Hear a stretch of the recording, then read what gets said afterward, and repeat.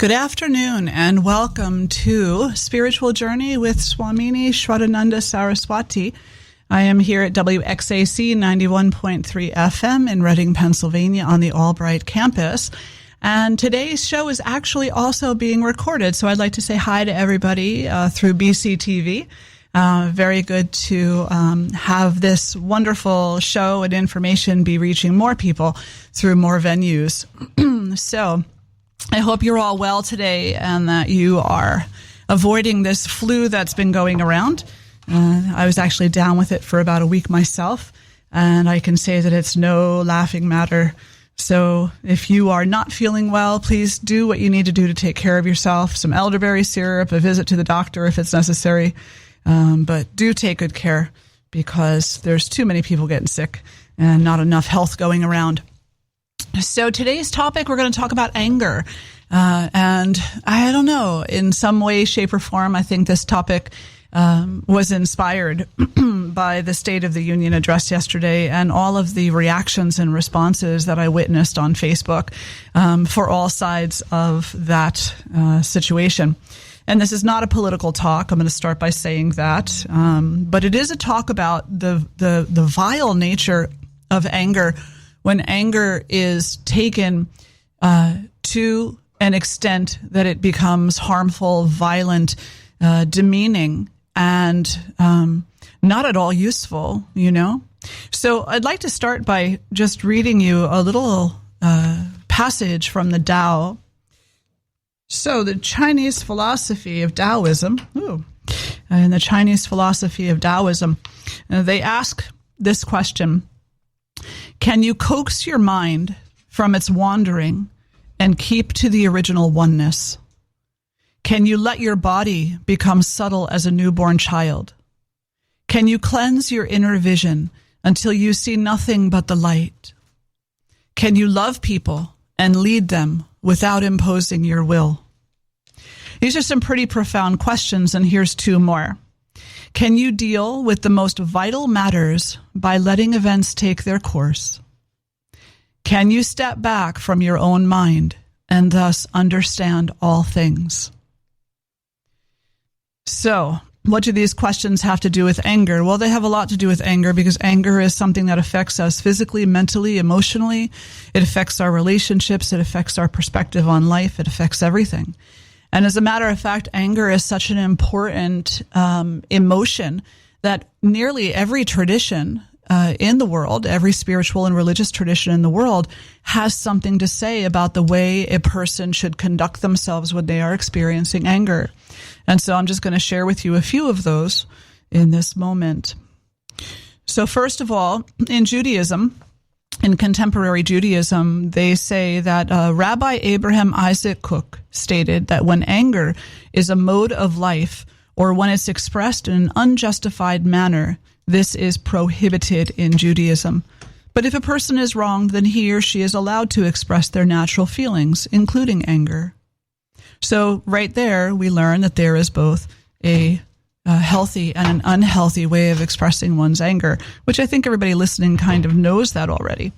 But let's see. So in Islam, it is stated in the Quran, the Prophet Muhammad, peace be upon him, said, "He who gave up disputing while he is right, a palace of high rank in paradise will be built for him. He who gave up disputing while he is a fabricator, a palace in the center of paradise will be built for him." And then finally, we have in Hinduism, actually, let's go to Christianity since that's the tab I hit. So in Christianity, love is patient, love is kind. It does not envy. It does not boast. It is not proud. It does not dishonor others. It is not self-seeking. It is not easily angered. And it keeps no record of wrongs.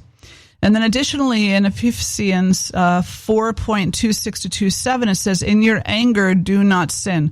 Do not let the sun go down while you are still angry, and do not give the devil a foothold." And then finally, in the Bhagavad Gita, chapter 2, which would be a take on anger in Hinduism, anger leads to clouding of judgment, which results in bewilderment of the memory. When the memory is bewildered, the intellect gets destroyed. And when the intellect is destroyed, one is ruined. So those are some pretty powerful words, some pretty powerful perceptions about anger. But now let's back up for a moment and take a look at anger, what it is, and how it might be useful, and why it becomes so unruly. First of all, anger is an emotion. It is an emotional reaction and an emotional response. And typically, anger occurs when we feel that we have been slighted in some way, harmed in some way, when we've had some type of an unjustified action taken toward us. Sometimes we experience anger as a sign of disappointment, as a sign of feeling that we have been wrongfully lacking something in this life. Sometimes we feel anger when we feel we've been misjudged, when we feel that others around us are acting inappropriately. And sometimes we feel anger when we sense that there is a certain kind of unfairness in the world. So many different reasons why we experience this emotion of anger. So the first thing that anger does, and you can read this wonderful book by Thich Nhat Hanh called Anger, if you would like to get a little more insights on this, is that when anger first starts to arrive in the body, the first thing that happens is the internal temperature begins to increase a little bit. The body becomes a little bit flush. The heart starts to beat a little bit faster. Blood pressure increases slightly. The eyes sharpen, and the mind begins to hone itself. And so here, at the very beginning of the experience of this emotion, anger, we have what can be called the beginning stages of the fight or flight syndrome. I'm either going to stand my ground and fight you, or I'm going to run away. Anger is not usually associated with the freeze component of that, but I suppose there's exceptions for everything. So we see that these physiological changes happen in the body, and when an individual becomes chronically angry, then what ends up happening is that blood pressure becomes consistently higher, and the heart has to work consistently harder, and the eyes are consistently straining.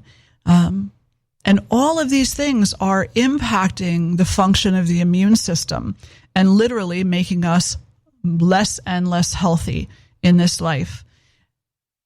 One of the processes in the body that are affected when we experience a lot of anger is our digestive system. So the way that we take food into the body, the way that the food is broken down and integrated into the body, and then the way that the waste components of that food are eliminated from the body, that becomes directly affected by our experience of anger. So if we're not mindful about practicing healthy anger, and we're giving in a lot of the time to unhealthy patterns of anger and holding on to anger and rage, then what we find is that there will be digestive issues, and those digestive issues will lead to more significant health consequences in people. Digestive issues alone could be considered enough of a reason to get some anger management classes in.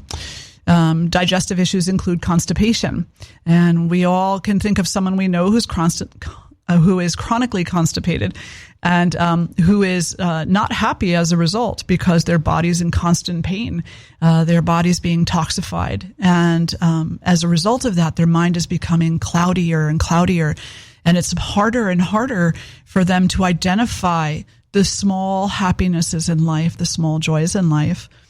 So we can see that this anger, this emotion, this sometimes very appropriate response, but then also many times not appropriate at all, has a health consequence. When anger is healthy, then the health consequence is short-lived, and things will go back to a typical homeostatic state of being once the anger is alleviated.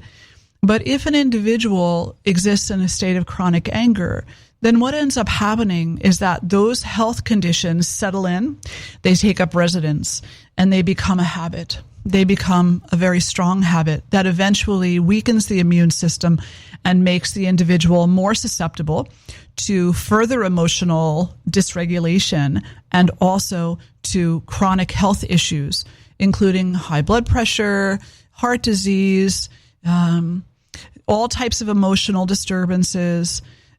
There's some discussion out there that anger is also linked with Alzheimer's and with cancer. How valid that research is, I cannot say. But there's enough of it out there to suggest that there could possibly be a very complicated link. So I guess one of the questions that you can ask yourself right now is, where do you want to be in your life in the next year, 2 years, 5 years, 20 years? How do you want to grow old? Do you want to grow old gracefully and with joy in your heart? Or do you want to grow old riddled with the consequences of an out of control anger, of a chronic experience of emotional reactivity that steals away the quality of your life as well as the quality of the lives of those around you? Because when we engage in anger, especially when it's this chronic kind of anger that we're not working with or trying to resolve, every single person who is in our circle is affected by that. So that means that our spouse, our lover, our children, our friends, our family, our mother, our father, our siblings, everybody, our boss, our employee, they are all affected by our anger, whether we think they are or not. Part of the issue with anger is that it thinks it knows how to hide, and that's when we've come into a place of passive aggressiveness. So when anger thinks that it's brilliant enough to hide itself from the eyes of the onlooker or from the witness of the heart, then what ends up happening is that people start picking up on subtle cues about how you're feeling. And they start asking themselves questions. Is this person mad at me? Have I done something? Have I insulted them in some way? And so you're moving forward in your life in a mode of anger. Practicing passive aggressiveness is actually hurting other people because you're causing them to have significant self-doubt about their place in your relationship and about whether or not they deserve to receive the brunt of your angry manner. So let's just take a moment there and breathe in and breathe out, because I know that this is a big topic. It's a chronic topic, you know.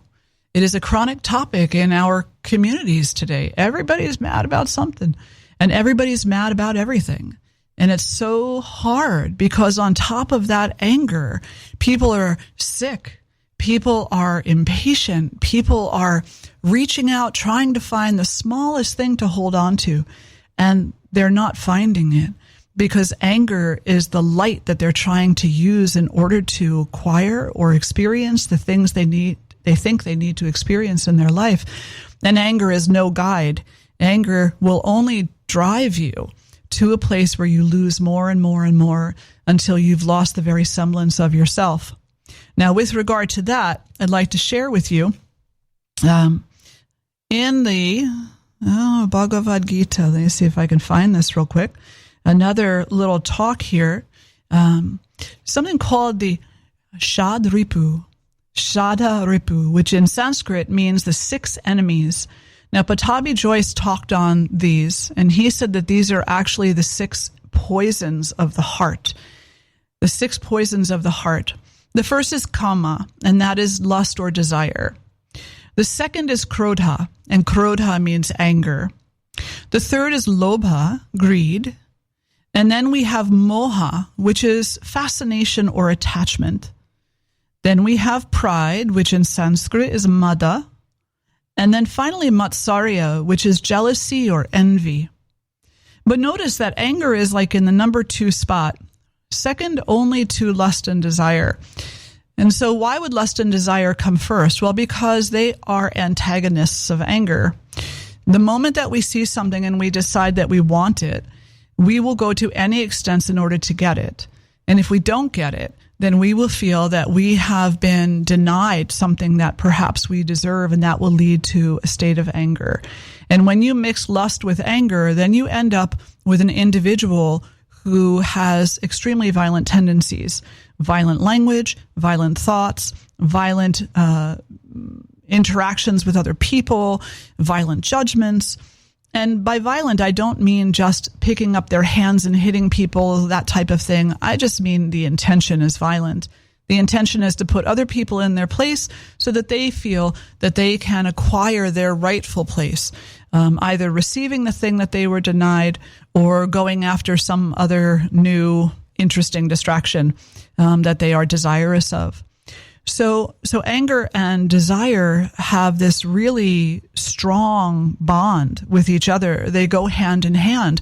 And so that's why in the yoga tradition, it's so very important to keep your desires at bay. It's not saying to walk around life without feeling. We all feel, and we all have desire of a healthy sort, and we also have desire of an unhealthy sort. When we start to recognize that our desire is pulling us around by the nose, and that we are not living our life functionally because all we can think about is getting what we want, then we know that we are in the unhealthy realm of desire and lust. And then we know that we're right around the corner from anger if we haven't already encountered it. So in the yoga, it's said that meditation is the key component to reducing lust, desire, and anger. And that if you reduce your unhealthy desire, you will reduce your anger. If you come into a practice of gratitude, if you come into a practice of acknowledging that there actually really is so much in this life that is accessible to all of us if only we would learn how to get along, and if only we would learn how to see each other as contemporaries and as equals and as living, breathing human beings, that we should be supportive of one another and compassionate with one another, then anger won't have a place where it can take up residence. The only time that unhealthy anger takes up residence is when we look out at other people and we don't see sameness, we see difference. Then the superiority complexes come in and we tend to put people down so that we can elevate ourselves, because we think that elevating ourselves above other people is the way to escape this experience of anger. And then we get a little confused because now we're trying to escape the anger through false modification of our own self-perspective. But in the same moment, we're gripping onto the anger, we're holding onto it like a life jacket, because we feel that anger, especially nowadays, is the only way we're going to get what we want. That if we yell loud enough, stomp our feet loud enough, if we hit hard enough, if we are violent enough, then we will receive what we want because we were louder than the other one, And that could not be further from the truth. The truth is we will not get what we want through anger. Not if what we want is to have a world that's based in peace and a community that is based in unity and a life that is based in joy and happiness. Then anger is not the path to follow in order to have that experience for ourselves. The path to follow is the path of peace, the path of stillness. Something else interesting in the Quran, it states that an individual who is feeling anger should remain silent and they should sit down. And if they're sitting down and the anger doesn't subside, then they should lie down. I really like that. I think that's pretty profound. So if you're feeling angry right now, please take a seat. And if that doesn't help you out, then lie down and take a nap. But have some quiet time and give your internal anger an opportunity to resolve itself before you feed into it. It doesn't deserve your investment if it's not healthy investment. So when might anger be healthy? Well, anger can be healthy in the appropriate situation. Somebody does something incorrect to you. You have a right to feel angry about it. Absolutely. But what you don't really have a right to do, at least not without some kind of spiritual consequence, is to return one harm for another. You see, if you become angry and then you use that anger to impose and inflict harm on another person, then you're not living necessarily by the word of most traditions, because most traditions put a huge emphasis on humility and forgiveness. A huge emphasis. Christ said, turn the other cheek. He didn't say smack them first. He said, turn the other cheek and let them slap the other one too. Because the reality is that an individual who is behaving violently is not a healthy individual. They're an individual with mental health challenges. They're an individual whose life is in some form of turmoil. They're an individual who doesn't have the tools necessary in order to adjust their anger so that it becomes more healthy And so that it actually can be used as an energetic force or power to address creatively the things in life that need to be addressed. So yes, somebody does something wrong to you, you have every right to feel angry. But does that anger have to be compiled by violence? And that's the question, that's the question. You have this feeling, it belongs to you.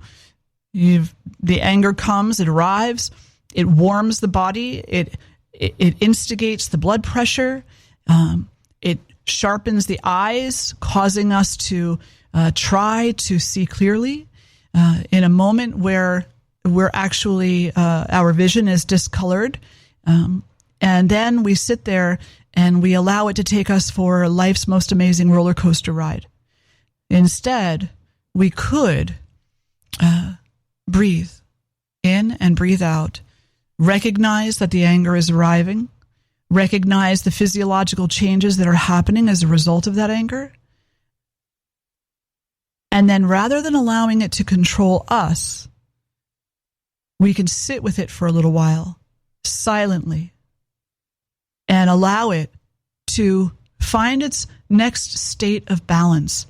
It may not be the most healthy balance, or it might not be an angry-less balance, but it will be a moment where the anger has a little space within it so that we can consider our options before we open our mouth. We can consider our options before we lash out. We can consider our options before we inflict harm on another person. Wow. So again, a lot today, but I'm going to jump over a little bit now and just say, why I chose this topic today. And it's because I went on to Facebook after the State of the Union address last night, and not everybody, but many, many, many people on both sides, on all sides of this political scheme in this country, were just bashing and bashing and bashing. And if it wasn't that they were screaming about J-Lo and Shakira, who, by the way, I'm pretty inspired by, if they weren't bashing them because, they weren't acting their age, I'm not really sure what that means, then they were talking about Trump, or they were talking about Pelosi, or they were talking about this one, or they were talking about that one. And sometimes they were just talking, period, about things I don't even think they knew what they were saying. And then they were calling names, and they're ridiculing people and saying, you're not an American if you don't agree with me. You don't belong here. You should leave the country.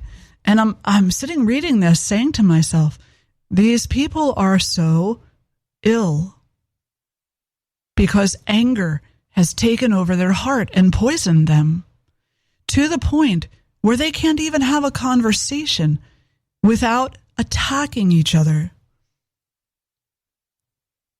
I came across a quote by John Kennedy, and in that quote it said that one of the strong points, and I'm paraphrasing now, one of the strengths of this American culture, at least of his time, was that we could disagree, that we could see what we see, we could state what we see, and we would disagree, potentially, and that we didn't hate each other for it, that we actually had healthier modes of communication around his era versus today, because there was more acceptance of different perspectives than there are today.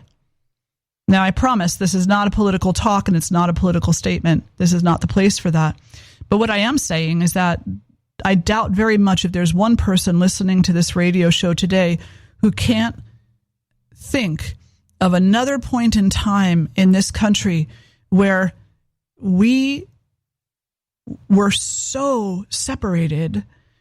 And it doesn't take much. All you got to do is say a name, and suddenly people are taking sides and holding the stance for battle.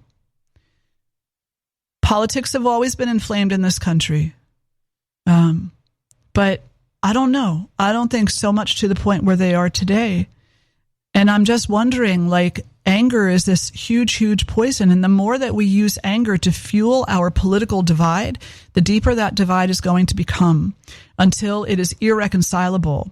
And I don't even want to think about what would happen if that came about.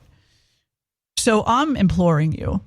I'm imploring you for your health. I'm imploring you for the health of your neighbors, for the health of your family, for the health of your country. I'm imploring you for the health of all people everywhere. You know, that if you're feeling angry politically, that you find a support group, that you find some effective, useful, nonviolent, non-harmful way to reconcile your feelings about the opposite side.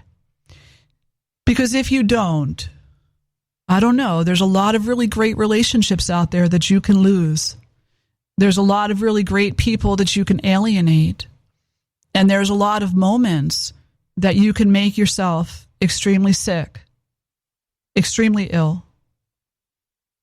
And you never know. Maybe if you start talking to people, you'll start finding some support, you know. You'll start finding some people who share your frustrations. Maybe you'll start finding some people who have some ideas. And maybe we can all come together in some beautiful scenario and fix all of the wrongs in the world. Or maybe we can just fix one at a time. I don't know. But what I do know is that if we continue down the road that we're going, all we're going to become is sicker. Period. That's it. So, back to anger. And just talking about this, I just want to give you a little background, you know, about why I chose this today, because it really has stirred something inside of me. And I was having a conversation with someone this morning, and they were like, yeah, you're not usually thrown by stuff like this. And I said, no, but it's so chronic in our community right now. It's just so chronic. Like, you can't say hi to somebody. They're like, what did you mean by that?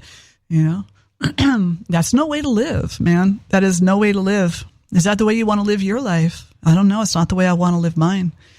I would rather live my life experiencing the joy and the happiness of the moment and being able to connect and commune with people, finding out all about the diversity that exists between us and all about the similarities that exist between us. And then also using our voice and our anger in a healthy way to call an end to atrocities, to call an end to behaviors that hurt people. Because, you know, in yoga, we have this perspective, and it goes something like this. And the Buddha actually stated this as well. He said, every single person can climb to the top of the mountain of enlightenment. Every single one of us can do that in any moment that we choose. But not one of us can stay there. Not one of us can stay there as long as there is one human being still suffering in this earth. As long as there is one living being still suffering on this earth, then we can't stay there. We have to descend the mountain, come back into the material world, and continue the work until suffering has been alleviated for all beings everywhere. So that's a pretty powerful statement, and I'm going to take a moment now to just say that this is Spiritual Journey with Swamini Shraddhananda Saraswati here at WXAC 91.3 FM in Reading, Pennsylvania.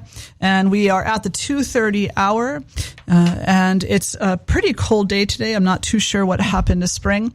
I was so happy yesterday. I guess the groundhog did not see his shadow, and so we were promised an early spring, and it sure seemed like that for 24 hours, and then it got cold. So I don't know. Someone needs to have a talk with that little guy. But hopefully, in the long run, spring will be here before we know it. There's no snow in the forecast that I'm aware of. Maybe some rain over the next 4 or 5 days, and maybe a little warmer temperature too. I wouldn't mind that at all. So we're here today, and we're talking about anger, and we're talking about the condition of our society and the condition of our individual self in the midst of chronic anger, of chronic unhealthy anger. And again, not minimizing the importance of anger, because there is absolutely healthy anger. But if you're not looking at your anger and the way that it is arriving, the way that it is taking up residence in your heart and soul, the way that it is manifesting in your life, then you don't really know what it is exactly that you're dealing with. You have to take the time to investigate.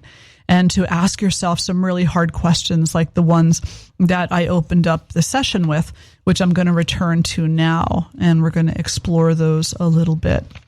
So these are from the Tao Te Ching, which is a Chinese philosophy. And the word Tao, it's difficult to translate into English, these types of words.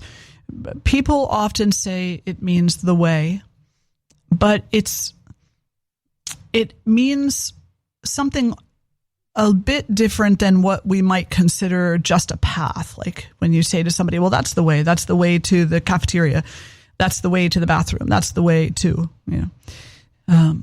here it is an ethical, essential existence that is unified,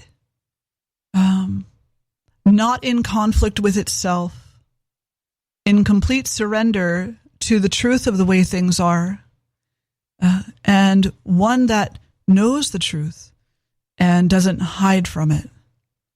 And that's really important also, because the truth, and in the Sanskrit, again, the language of the yoga, truth is satya. Such a beautiful word, satya. And we look at the word truth as like, don't lie to me. But satya, again, is a bit more than that. It is the inclination of knowing. It is the essential feeling of validity. It is clarity, and it is beyond clarity. It is like if everybody that's in listening distance right now were honest with themselves, they would be able to, in this moment, state very clearly whether their tendency to experience anger is healthy or unhealthy. And so that's kind of like one level of this truth. Like, is my anger healthy or is it unhealthy? And you automatically know the answer to that, but then we start justifying. The ego jumps forward and says, oh, well, it's probably unhealthy, but... And then there's all kinds of justifications to follow so that you can continue to commit to the same behavior, not have to change too much, and then continue to complain that you don't feel good. So if you want to feel better, then you've got to adhere to the truth. And the truth is that much of our anger societally today is unhealthy. And now that's not quite enough, because the truth also requires action. The truth requires action. So what kind of action? Well, if anger is your poison, what is your remedy? You have to take the remedy to the poison. In this instance, just a couple of thoughts and a couple of suggestions on that could be behaving more with compassion, having more patience, coming into a deep service of humanity and of all beings everywhere who are suffering, taking on the qualities in your own life that counter the energy of unhealthy anger. It's not a passive practice. It is an active practice. Spirituality, religion, none of it is passive. It is all active. And even in some way, the ultimate surrender is also active, because you have to make the choice to do it. Surrender is such a beautiful word and such a beautiful sentiment, because it means that you see and you understand the validity of the higher power, and that you are willing to give your entire self to that, to live your life in accordance with that, and to guide your life via the ethics that were espoused by that. That kind of surrender is living by the truth. Because what happens otherwise is that we become caught up in the echoes of our behaviors that are often lined with anger, lined with jealousy, lined with desire, lined with these other similar types of emotions. And then we start to feel guilty. We start to feel less confident. We start to feel undeserving. Not deserving like in an ego sense, but we start to bash ourselves and bash other people too. And we come into false humility, which then becomes very real, not because it is, but because you talk yourself into believing it. And then again, now all the physiology, the blood pressure, the digestion, the heart issues, the brain issues, then it all kicks into high gear again. And then pretty soon we find ourselves in a situation where we're experiencing significant mental health issues within our society, things like rage and ADD, ODD, authoritative disorder, all these types of things, which many people state are accentuated by unhealthy anger, if not started by unhealthy anger. Because anger is a very significant form of stress, and we know from scientific research that stress is responsible. It is the foundational principle in 80 to 90% of all diseases. So, interesting. Can you coax your mind from its wandering and keep to the original oneness? So this would be living according to your heart. Can you coax your mind from its wandering and keep to the original oneness?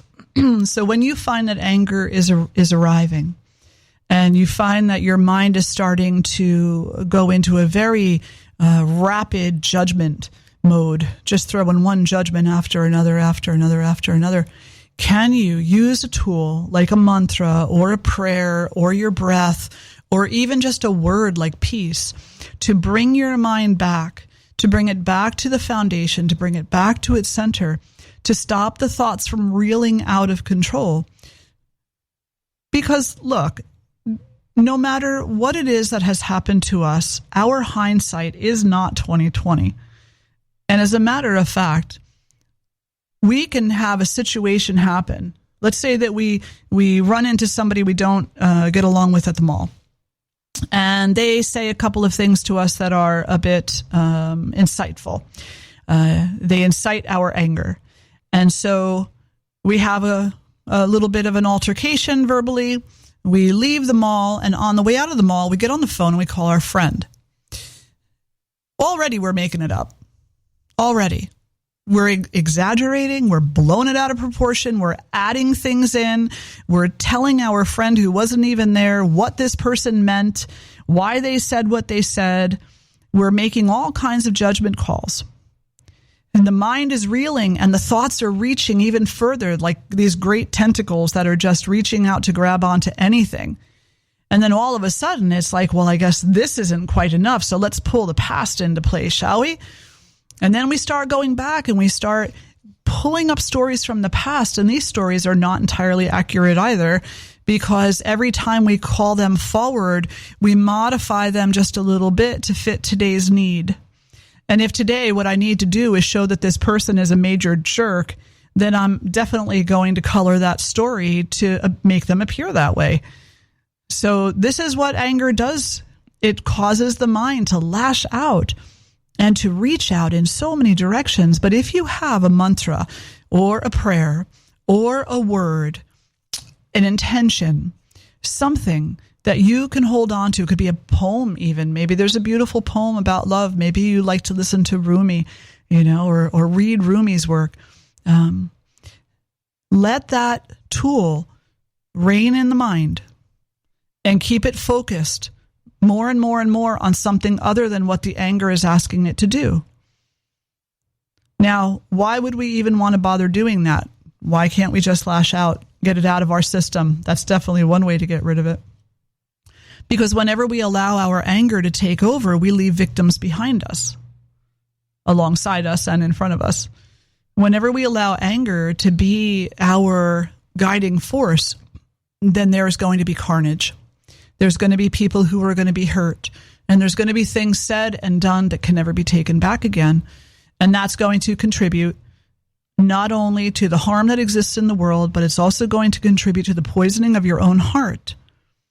It's going to contribute to the poisoning of your own health and to the poisoning of your own life. So you got to rein it in a little bit. maybe a lot. Rein it in and don't let the anger get out of control.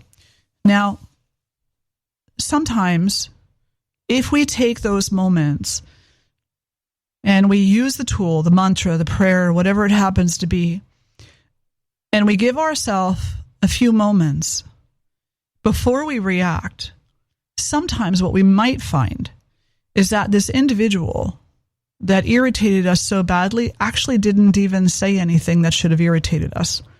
Maybe we misunderstood. Maybe they're having a bad day, and those extra moments give us the opportunity to recognize that they're suffering in this moment, and that our being reactive to whatever they said to us isn't going to help them with their suffering, and it's not going to help us with ours.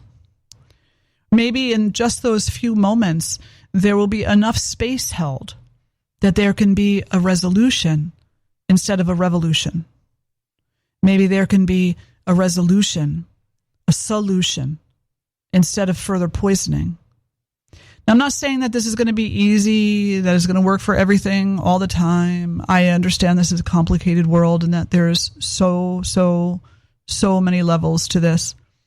But on a basic individual level, you got to start somewhere. And so the place to begin is the place that is most accessible.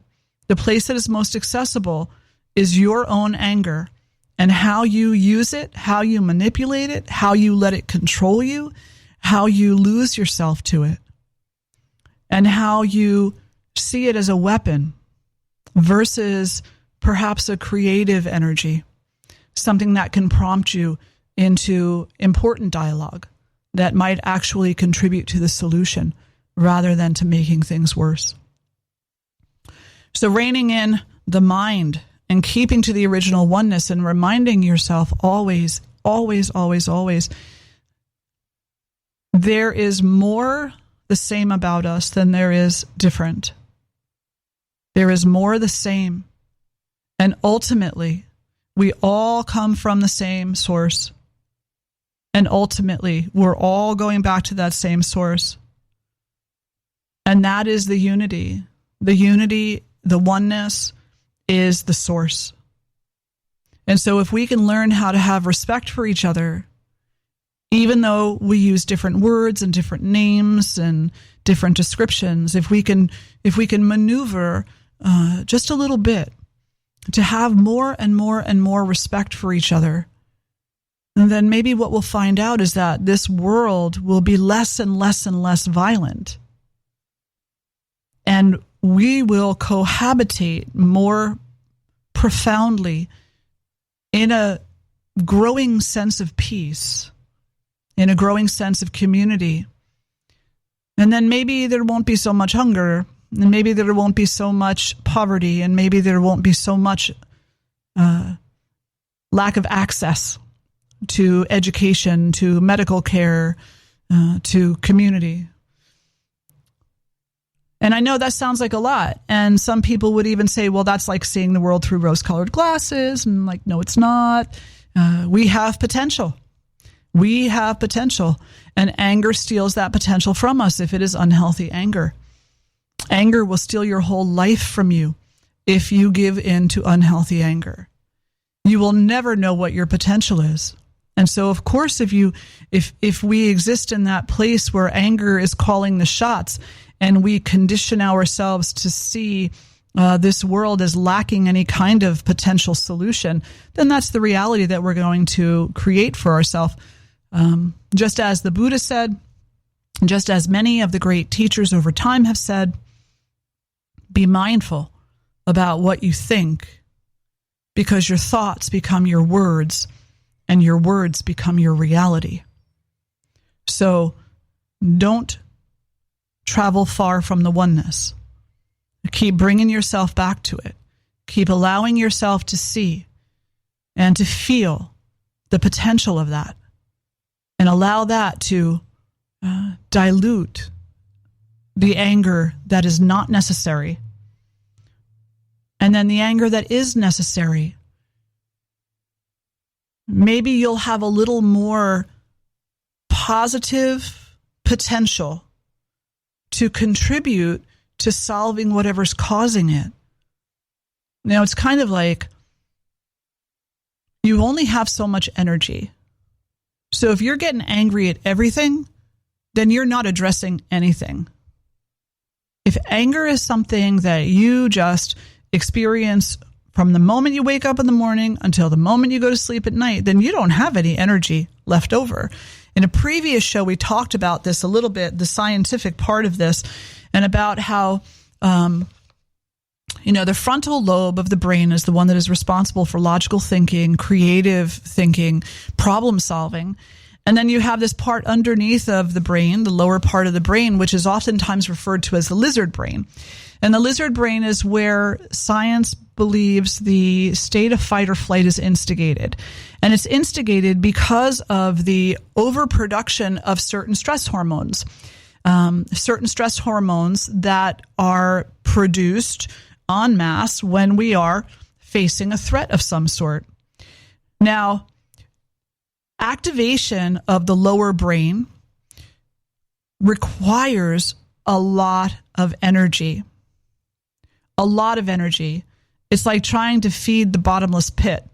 It's just going to keep taking and taking and taking.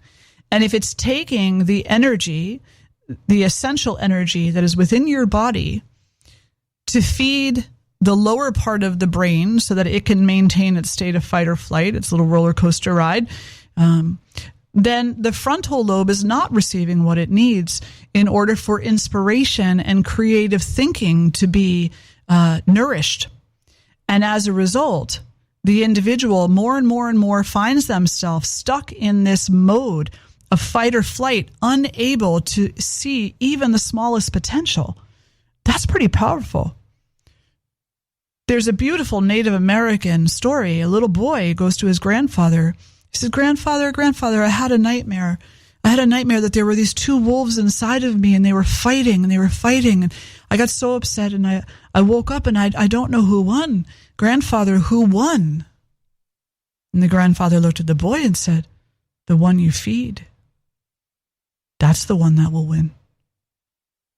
So will you feed the lower brain by allowing yourself to remain stuck in a state of anger that is unhealthy, that is not being put to good use, that is not being addressed, faced, expressed in healthy ways?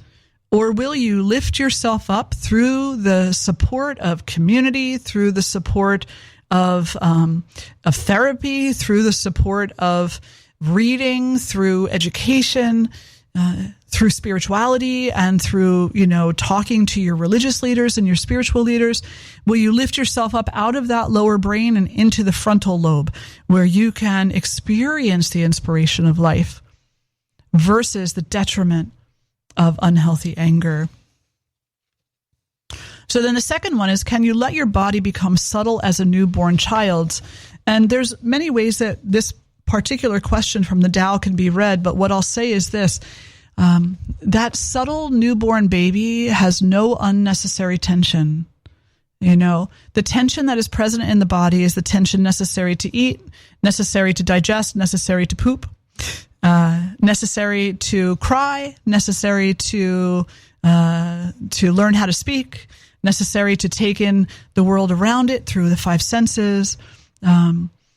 So the body of the baby, until it experiences a trauma, remains subtle. And the function of its systems are empowered by that subtlety.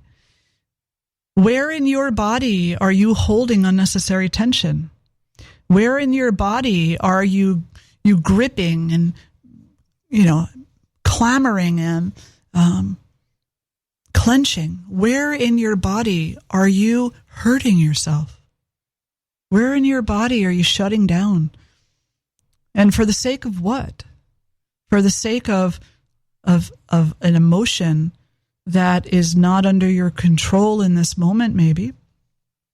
And that is typically filling your mind with a lot of lies, or at least partial truths. If they were full truths, you would be inspired to find solution. If what you're looking at, you're seeing with clarity, then that would be an inspiration to you.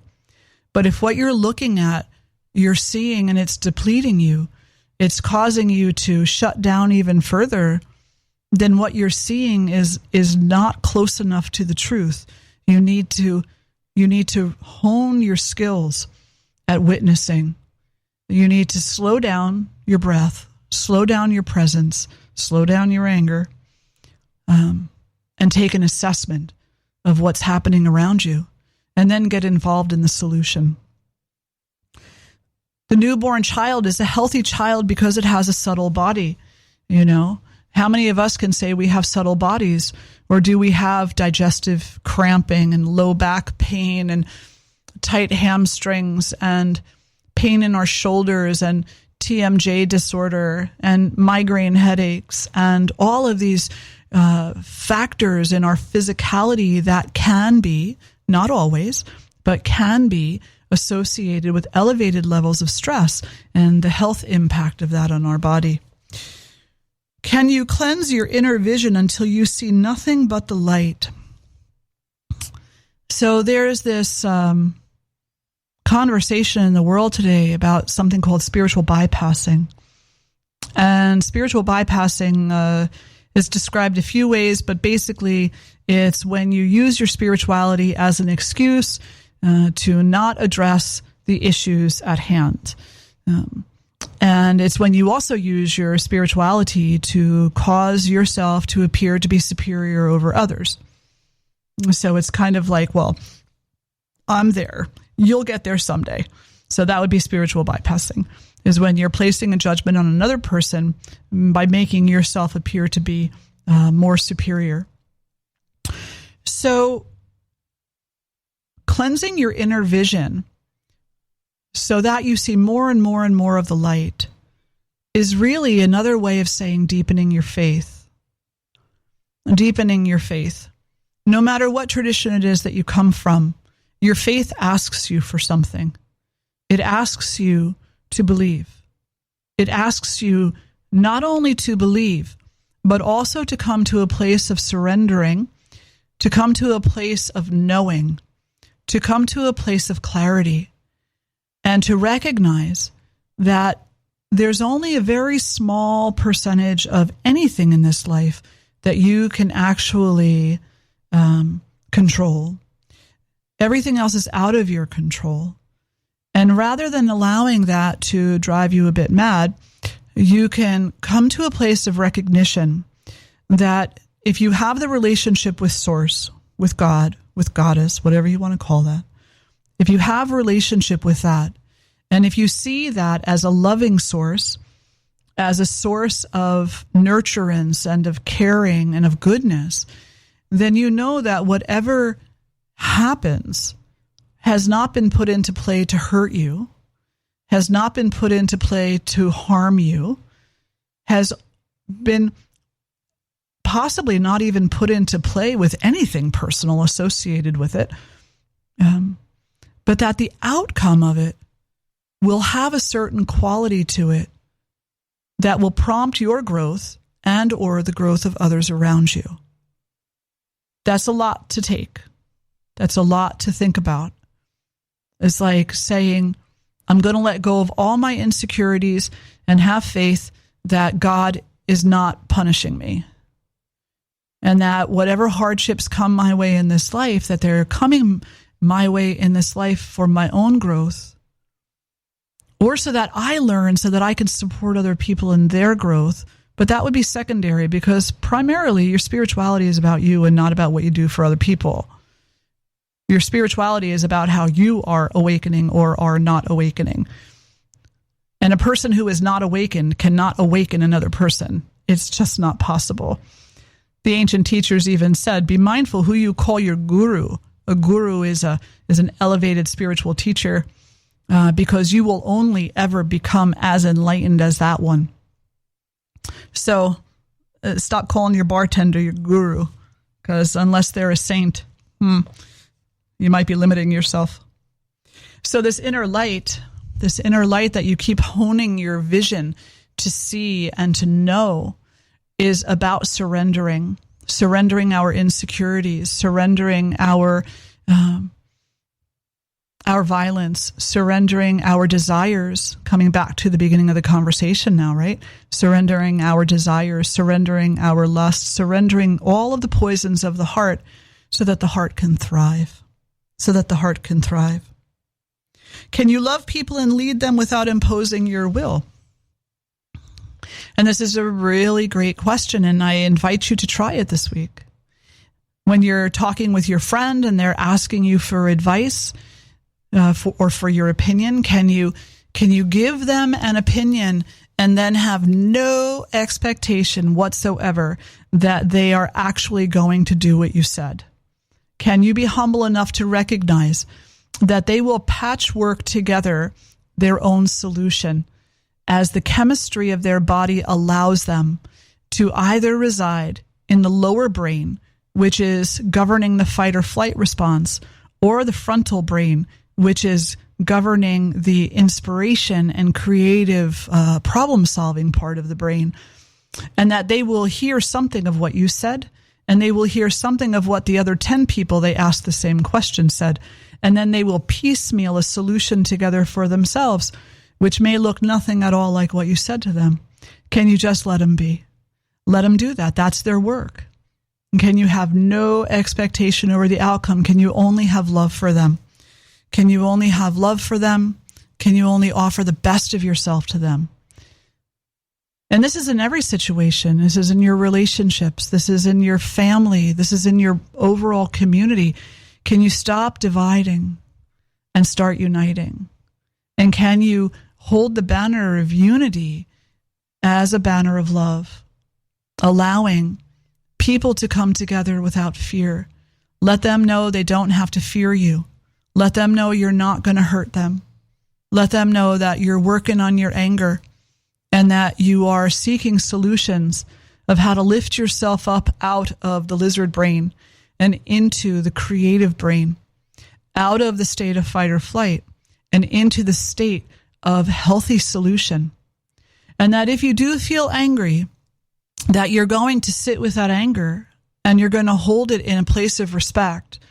And you're going to investigate it and witness it and accept complete responsibility for it. And that you're going to work really hard to not make it a burden on other people's shoulders.